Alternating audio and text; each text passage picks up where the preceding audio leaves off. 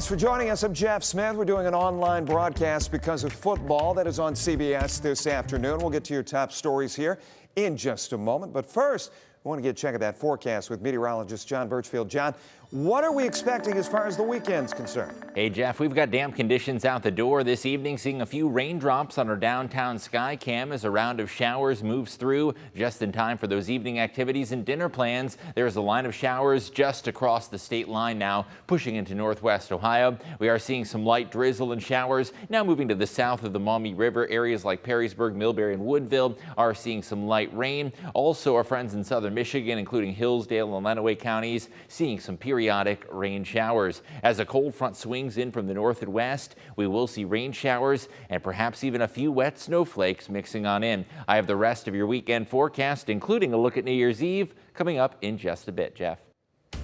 John, thanks. We're starting with a breaking news update. One person is dead after a crash that happened on US 23 between Devil's Hole and Sugar Ridge.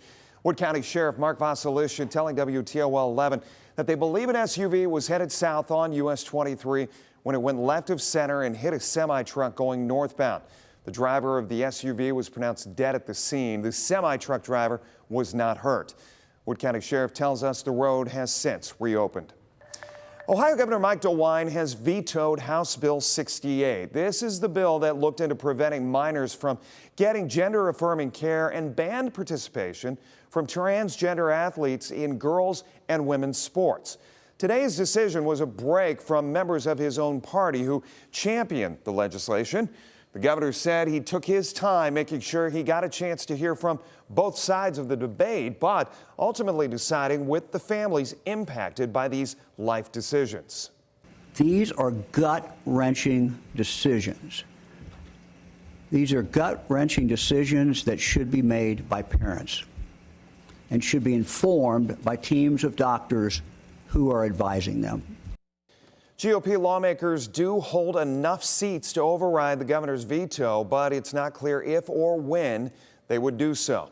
The governor's decision triggered an overflow of reaction today, and we wanted to hear from those impassioned by it. Michael Sandlin joins us in studio. He spoke to leaders on both sides, getting their take. So, Michael, any surprises today? Well, Jeff, a number of people that I talked to say the governor's decision came as a complete shock. They expected him to join his fellow Republicans and sign the bill. LGBTQ groups call it a rare opportunity that they get to meet eye to eye with the governor. But Republican leaders say they plan to push ahead with or without him. Ohio Governor Mike DeWine says after 10 days of visiting children's hospitals, talking with doctors, and hearing from children currently being treated with gender-affirming care, his decision to veto House Bill 68 came down to protecting life. I've also been told by those who are now grown adults that but for this care, they would have taken their life when they were teenagers. For Equality Toledo's executive director, Jordan McQuarrie, who had already drafted a press release in case the governor signed the bill, the governor's conclusion came as a surprise. Oh, I was kind of shocked, but also really excited. I think this marks a turning point for us, at least, to see that our governor is listening to medical professionals, is listening to the families that are directly impacted. Democratic State Senator Paula Hicks Hudson echoed McQuarrie's sentiments in a statement released Friday. But Republicans in the Ohio House and Senate who fought for the bill, namely Senator Teresa Gavrone or Representative Josh Williams, they say the governor's decision was a miscalculation. Yeah, I think it's out of touch with what Ohioans want. I mean, we've looked at polls by multiple reputable sites that show that the overwhelming majority of Ohioans do not support the idea of transitioning children or allowing males to play in girls' or women's sports. The governor's veto came with 3 caveats. 1, the establishment of administrative rules to ban gender reassignment surgeries for anyone younger than 18. 2, establishing reliable reporting to measure the effects of gender-affirming care over time. And 3, banning, quote, fly-by-night transition clinics that would offer rush treatment without adequate counseling. He's got some things that he still wants to address, but because he's willing to work with us, I think that moving forward will be a little more smooth sailing. He's trying to have his cake and eat it too, and at the same time, he's also trying to pull power from the legislature and give it into the executive branch. Now, the bill returns to the legislature. And Representative Williams promises the fight isn't over yet. We will have discussions in caucus about whether or not we're moving forward with a veto override, which I anticipate coming rapidly in the beginning months of 2024. When asked about the sports portion of the bill, asking if he would have supported the portion if it was standalone, Governor DeWine said it affects such a small portion of athletes in Ohio that he put his singular focus on the larger aspect of gender-affirming care for youth. According to Doug Ute, director of OHSAA, as of this month, there are only 20 transgender girls participating in high school sports in the entire state. Reporting in studio, I'm Michael Sandlin for WTOL 11. Right now, we want to bring you an update on a story that we brought you as breaking news yesterday. Lucas County Coroner's Office releasing the autopsy report for the victim of a South Toledo shooting. Lucas County Coroner said 35-year-old Mark Overton died from a gunshot wound through the arm that went into his chest.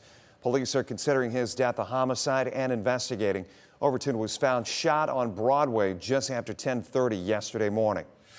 It has been 3 days since a gunshot rang out in Franklin Park Mall, causing panic.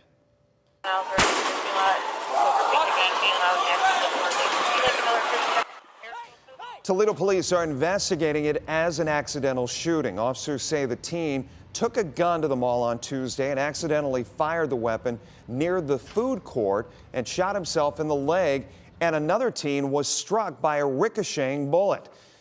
He made his first court appearance yesterday. Teen violence like the shooting at the mall Tuesday is up 31% this year. WTOL 11 talked with former Mayor Michael Bell today. He called this an all-hands-on-deck situation. He said the community needs to create quality of life opportunities for younger people before they go out and feel the need to shoot other teens. He says it's imperative that we do something quickly. We need to have a plan where we're sitting down weekly and finding out, okay, similar to what, it's almost like a bit of a war zone now. And we need to be able to sit down and discuss it weekly, find out what's working, what's not.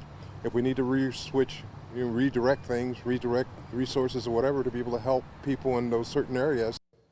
The former mayor says some of the teens he has talked with feel they need a gun to protect themselves from harm, and it doesn't have to be aggressive. Well, I don't know if you or maybe a member of your family has experienced this, but the emergency rooms around town, they have been slammed the last few days. Doctors tell us they're seeing an uptick in COVID, stomach flu, and pneumonias. The increased number of patients coming in, and there's an increase in the number of patients who are more sick, partially because people wait, they don't want to come in on Christmas Day, so they wait 2 days longer to come in, and then they end up being sicker when they do come in. Doctors say long wait times at the ER likely won't change until we get past the holidays. They say they're getting creative with the ways to treat patients faster, but they want folks to remember urgent cares might be the way to go, and it could be cheaper depending on insurance. They say ERs are best for, well, for emergencies where you think you may need to be admitted to the hospital. The Ohio Department of Health is reporting the state's first flu-associated pediatric flu death.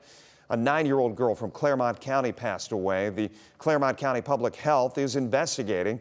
The Ohio Department of Health says Ohio generally reports 1 to 6 influenza-associated pediatric deaths each year.